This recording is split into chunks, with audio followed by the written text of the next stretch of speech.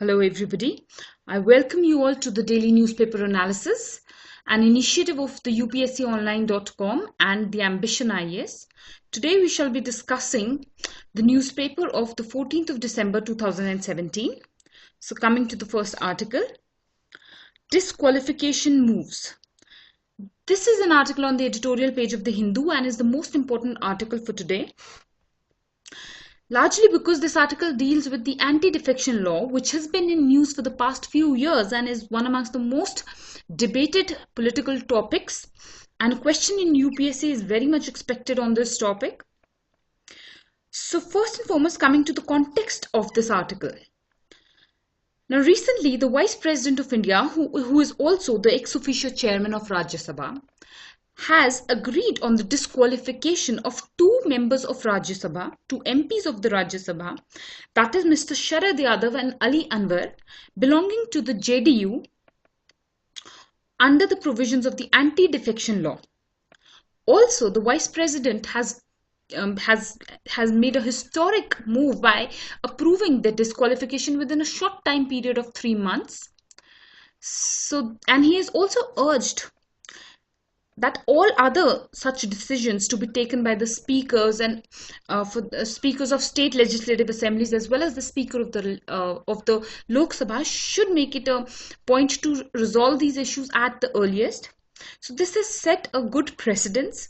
This is what is the key of this editorial. However, considering the importance of this topic and the anti-defection law, I shall not limit my discussion to this article and I shall be giving you some broader perspective on this topic itself. So coming first to the background. Now, anti-defection law is a law that was passed in the year 1985 by the then Rajiv Gandhi government. And it has been included in the 10th schedule of the Constitution. And it was passed as the 52nd Constitutional Amendment Act.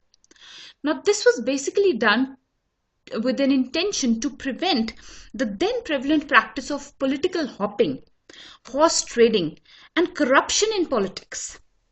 Now, there was a huge problem at that point of time that politicians had a tendency to, trade parties for money and for malified reasons. So, to prevent that, this provision of anti-defection law was introduced by the then government. Now, coming to the next part, the provisions of the anti-defection law. Now, it has 4 provisions for disqualification of an MP. The first one is that of voluntarily giving up of membership.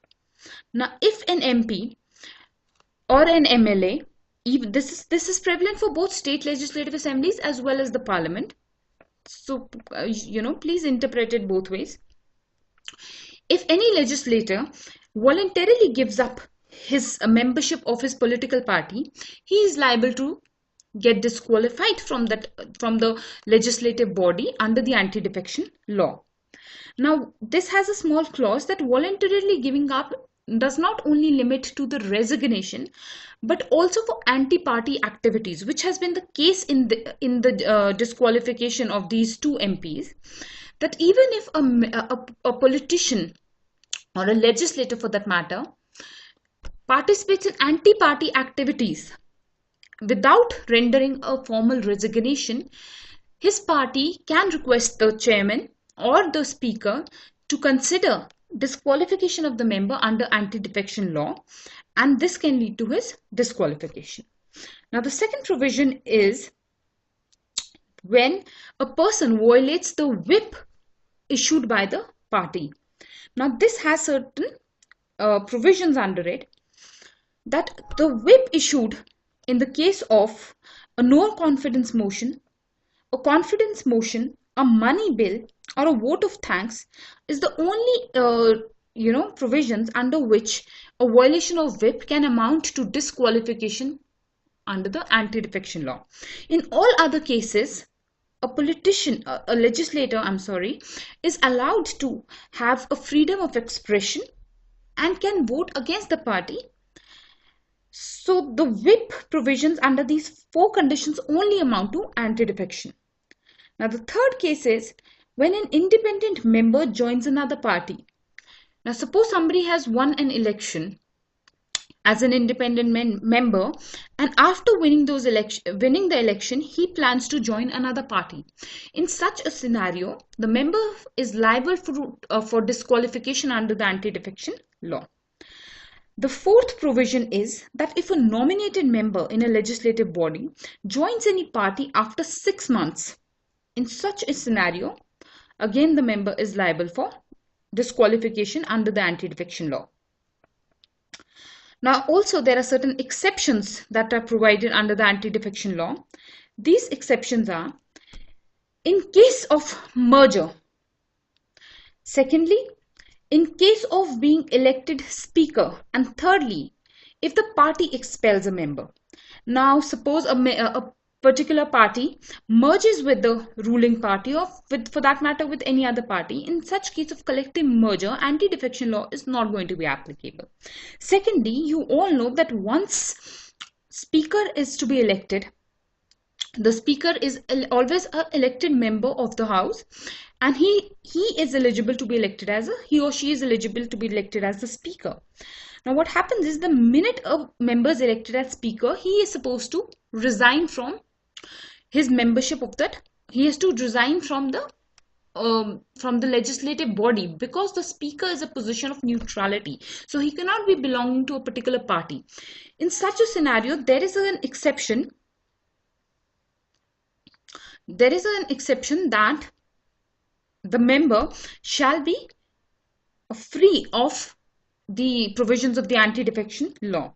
Thirdly, if a party expels its MP or MLA, in such a scenario, the member will not be disqualified from the house, but rather will become an independent member of that house. So that's about the exceptions. Now, coming to the decision part.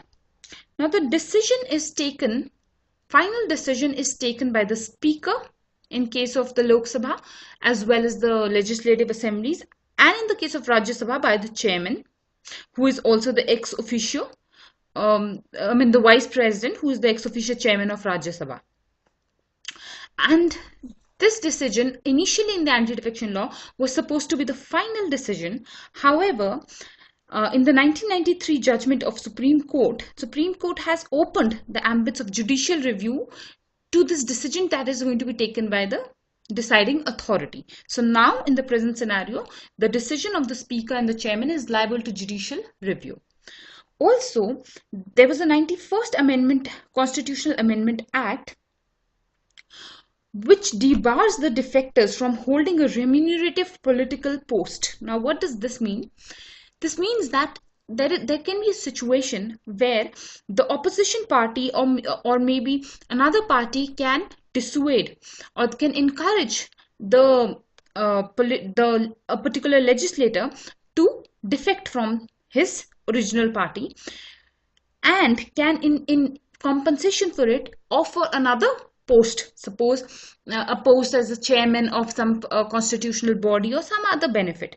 So to prevent that, the 91st Constitutional Amendment Act has a clause that anybody who is a defector shall be debarred from holding a remunerative political post until and unless that member is re-elected. So this is a safety provision. Now, what are the issues under the anti-defection law? The first and foremost issue is that of impartiality of speaker. Now, this is very much important because this has been in news with regard to the Uttarakhand political crisis, with regard to Arunachal Pradesh political crisis, both in 2015, then 15-16 actually. They continued in the crisis was an extended one, and also the issue of Telangana. In Telangana also a similar crisis had happened. Now, because the scope of this article does not allow me to go very much into the detail of what had happened, these were three of the most important developments, political developments. So I'll just be discussing them a little bit in brief. Now, first and foremost, what happened in Uttarakhand was that the speaker, who happened to be, speaker is always of the ruling party. So though the post of speaker is supposed to be a neutral one, in practice that is not the case. The speakers are largely biased towards the ruling party. Now in Uttarakhand, what had happened is that the budget was passed by a voice vote, and actually the legislators had a stand that the budget was not passed by the voice vote, but the speaker did not allow for the defecting MLAs or the not agreeing MLAs of the Congress, then ruling Congress party, to express their opinion. And later the speaker had even declared them disqualified under the provisions of anti-defection law.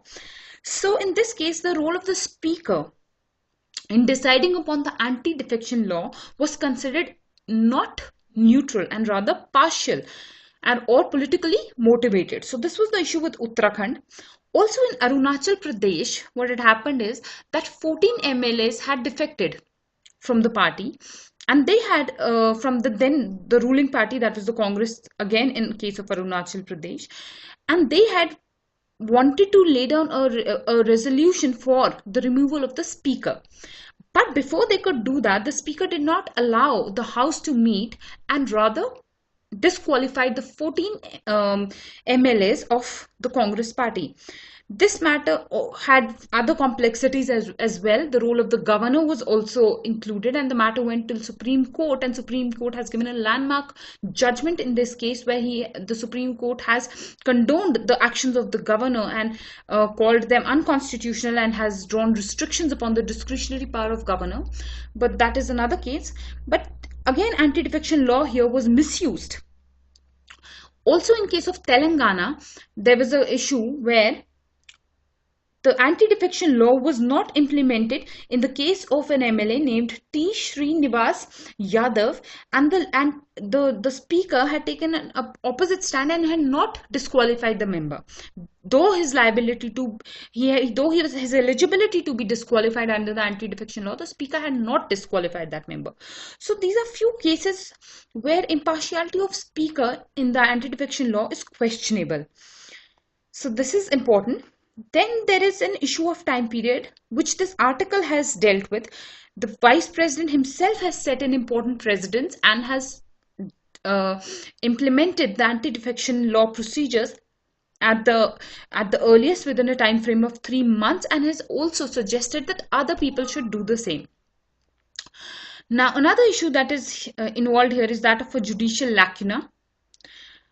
This judicial lacuna is that though the decision of the speaker is liable to judicial review, however, since there is no time period for the speaker to give his or her decision, in such a scenario there is a pre-decision stage.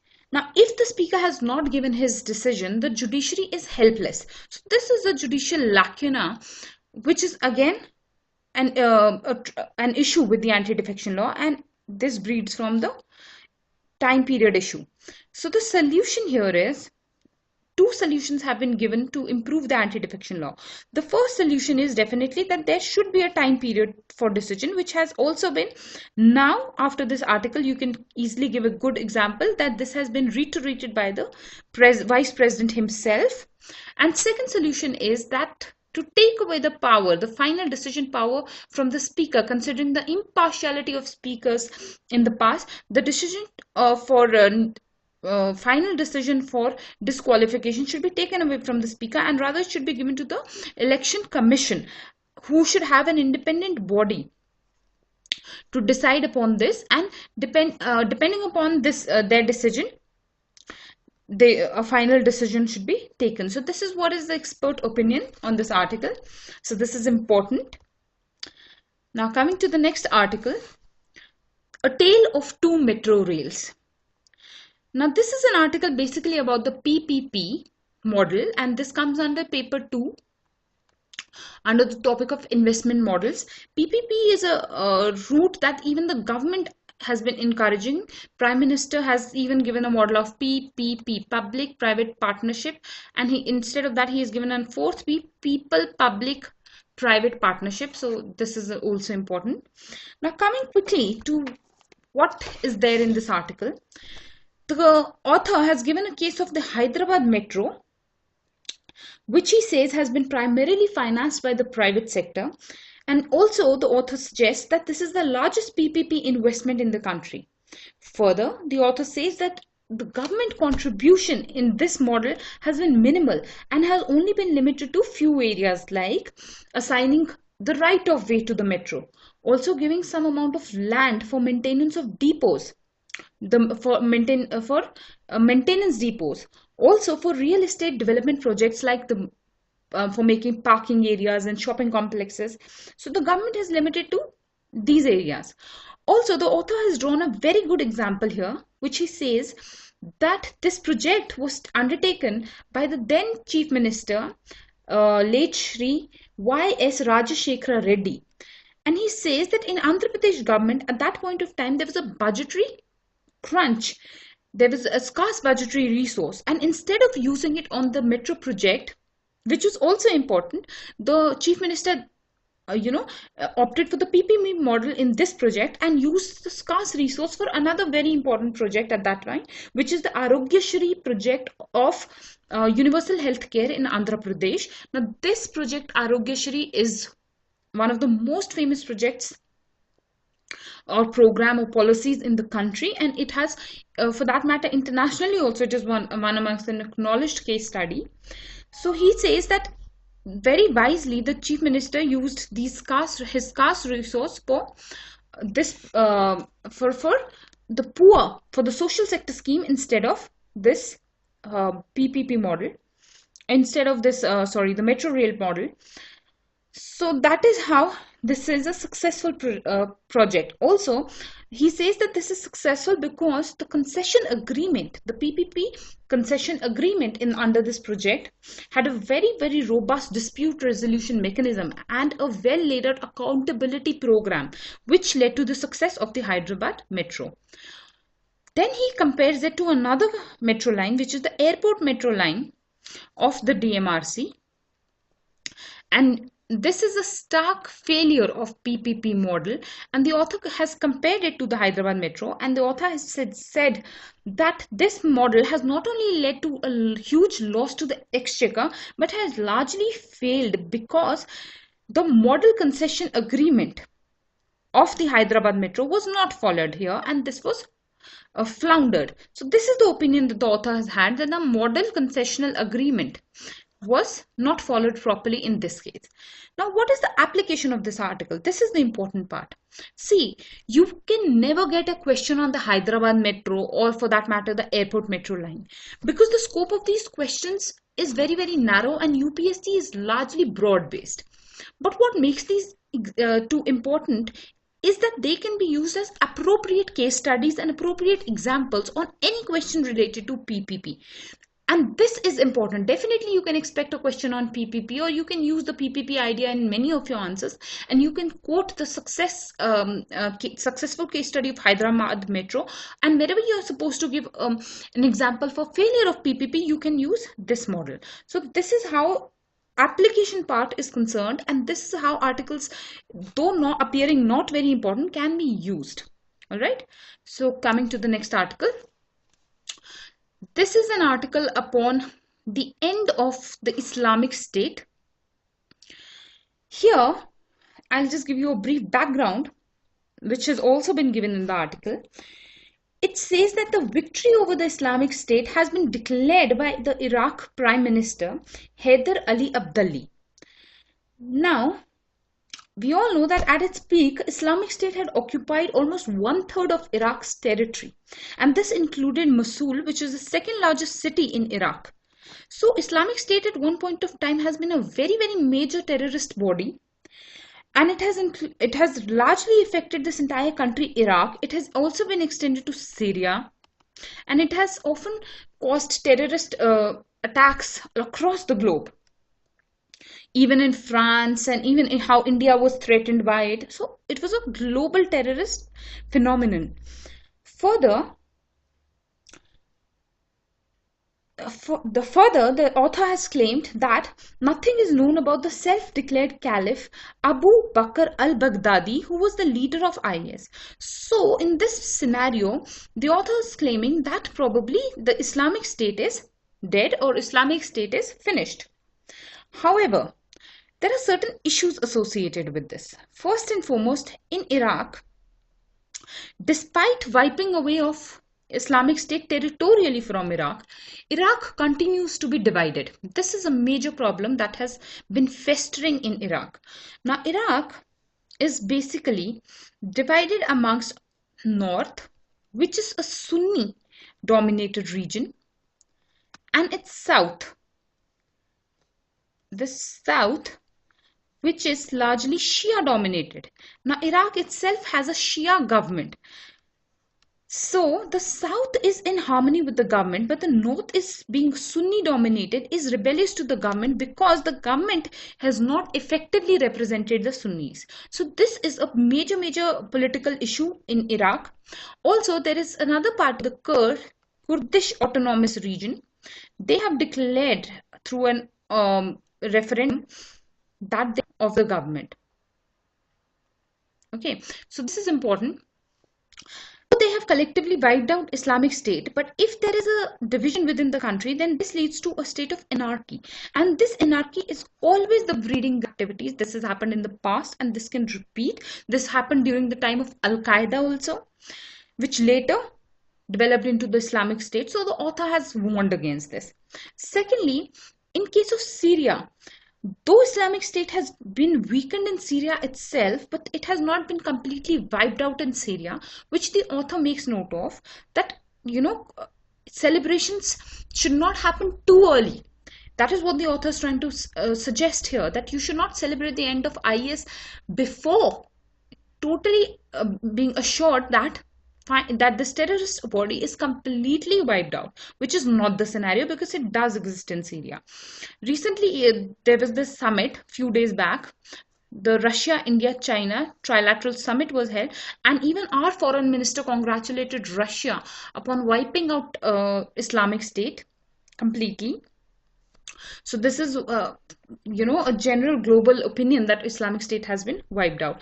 Thirdly, there is an issue of civil war. See, fighting the Islamic State has led to a civil war within these countries, and assuaging the wounds of civil war is a big challenge for global community together, not only to these countries but to the entire global community. Until and unless the harms of the civil war are undone, the impacts of this terrorist body are not completely going to be washed off. We also know that recently, in the past, there was a huge refugee issue that housed huge number of refugees were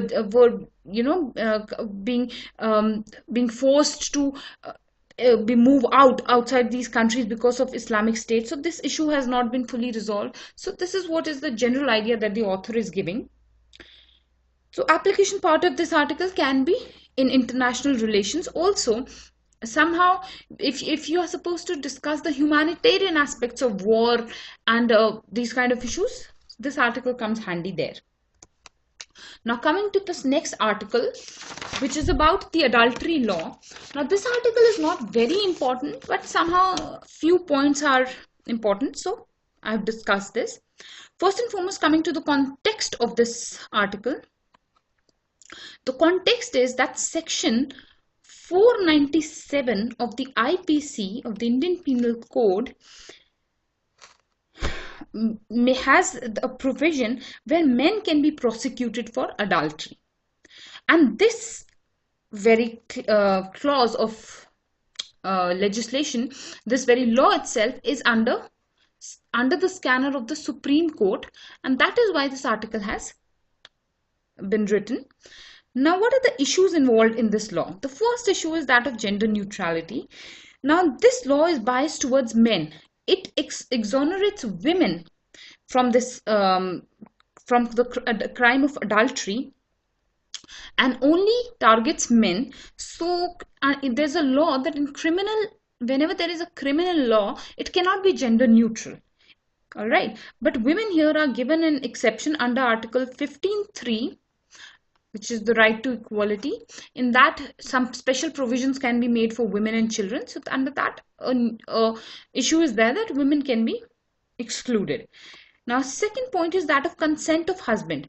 Now here, what happens is that there's a provision under this law, under the present form of this law, there is a provision that if women are entitled, if women have a consent from their husband, if a consent of the husband is established, then no offense of adultery will be issued against women. So this in somehow subordinates the will of women. So that is one issue that has been discussed.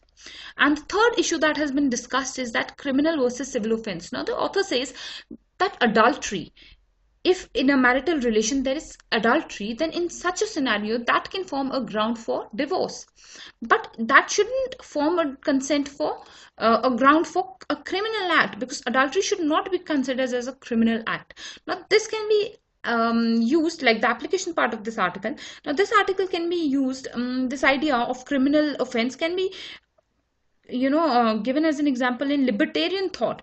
Now, libertarian thought is a thought which says that individuals should be left free to decide for themselves, and there should not be a nanny state who should be guiding the actions of every single individual. So this is important in this case. Also, another application is that of archaic laws. Wherever you have an opportunity to discuss archaic laws which have lost their relevance in the modern context, you can give an example of this law that probably this is archaic because adultery probably was not very common in the past, or even if it was common, I don't know what to say, but even if it was common, you cannot say that it was really it obviously at that time it was really condemned, but maybe societal changes today, adultery is something that's common, divorce rates have gone high, so this law becomes archaic, right, in that context. Then another thing is that in some cases you might get an opportunity to discuss certain laws which are discriminatory towards men. In that case, like even there's a debate on the the dowry law, that how it has been not used so much as it has been misused. Often editorials are being written on that, and this issue is being raised. So this example can come handy in such kind of a discussion as well. Now coming to the next article. Yeah, this is an important article.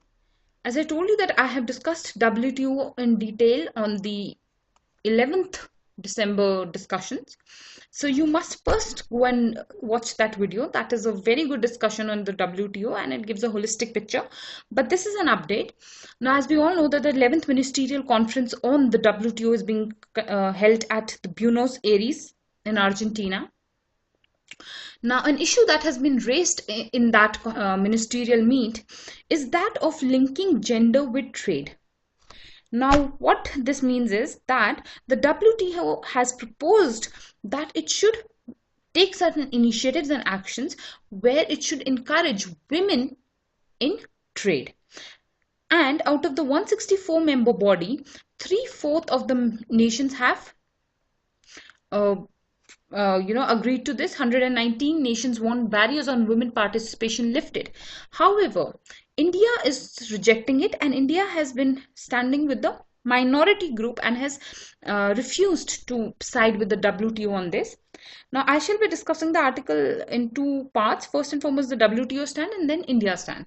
Now, coming to the WTO stand, the WTO claims that women's economic empowerment by removing barriers to their participation in trade and rather incentivizing them for trade can be a booster for the global economy. Also, WTO says that it will encourage United Nations Sustainable Development Goals. Thirdly, it says that women's equality could add to $28 trillion of global GDP by 2025. So these are the stands and these are the points that the WTO is raising and in justifying linking gender with trade. However, India has opposed to this. And why has India opposed to this? Now, India says that though India has been supporting gender equality, it does not concur with the idea that gender is a trade-related issue. India says that gender and trade are two different issues and need not be mixed. Also, India says that it can cause developed countries which are much advanced in gender related policies to curb exports from developing world and also oppose domestic welfare schemes for women. Now this is India's experience with relating with regards to agriculture, and so India is wary of this agreement. India says that the advanced countries are way ahead of in case of gender related policies, and any agreement under the WTO can be misused by these developed countries for either preventing domestic welfare schemes and subsidies for women programs. Also, it can be misused in preventing other countries. It can like developed countries can use these laws for protectionism and prevent exports from other countries. So India is doubtful on this issue. Also, India is of the opinion that any such stand agreement will cause the WTO to shift its focus from trade related issues to other issues, and other issues like labor, environment, and WTO can shift its focus, and India wants that WTO should focus only on global trade rules rather than these issues. Now there's a concept of pink herring which is being given by some think tanks. They are saying that in the past WTO and the global trade rules have adversely affected women.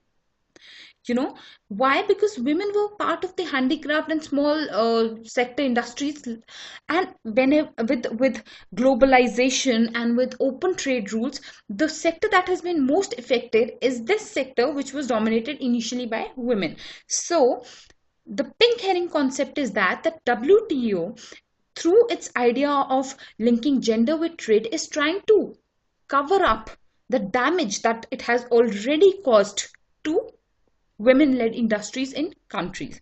So this is one idea that has been given by some experts. Now the issues that are important that have been raised, which can be important, are that what are the problems that women face while participating in trade. Now, first and foremost is an access to trade finance. Now, this is a global phenomenon. We all know this thing, that women do not have as easy access to finance as their male counterparts, because the banks have a bias against women and they do not consider women very bankable. This was also the spirit of self-help group. That is why self-help groups for women have been championed by even Indian government, because this ensures credit to women, which is not generally given to women. In such a scenario, women are discriminated against. So this is one issue. The second issue is that of suboptimal participation in public procurement markets by women. So these are few issues. These are few whenever if you have to discuss that what are the limitations for women participation in trade, you can use these issues. Now coming to the application part of this article, the article assumes immense application in the ongoing anti-globalization and globalization debate. This article has two stands, India stand and WTO stand, and you can justify this article from both ways. Suppose you have to favor globalization, so you can say that WTO has gone in for linking gender with trade, and it has promoted, it is willing to take such actions, so globalization is a good thing. Similarly, if you have to advocate from the side of anti-globalization, you can probably justify India's stand or the pink herring concept. So this is what is analysis in UPSC. You can a common topic has to be viewed from various points and has to be used from different dimensions. That is the art of application in UPSC. Another point of application is that of India's erosion of faith in the WTO, which is a global institution. See, this is not a bad idea, and India has always championed the cause of gender equality. Gender equality forms a major part of our constitutional principles itself. But India not agreeing to the WTO clearly reflects that how much India has lost its faith in this global body. So that is about this article. Now, one thing that I wanted to discuss is that even in yesterday's newspaper and even in today's newspaper, there is a bent of some editorial articles which are coming on Gujarat elections. Now, I wanted to discuss this part because there is a tendency among students to read these articles and it's a good thing. Of course, you must read. I wouldn't discourage anybody from reading any article, but I would like to specify that why these articles are not being discussed in this analysis. Now, the reason is that UPSC has always disallowed, I wouldn't say officially disallowed or anything, but as per many students and many teachers and everybody, there is a opinion that a political stand should not be taken in UPSC answers. So these articles on Gujarat elections are highly political, and one must always avoid going into the deep politics. However, some political issues definitely should be taken up. For example, the Gujarat election, as per experts, has been an election that has been fought on personality cult. See, instead of discussing Gujarat issues like community related issues or religious issues have been more highlighted in this election campaign.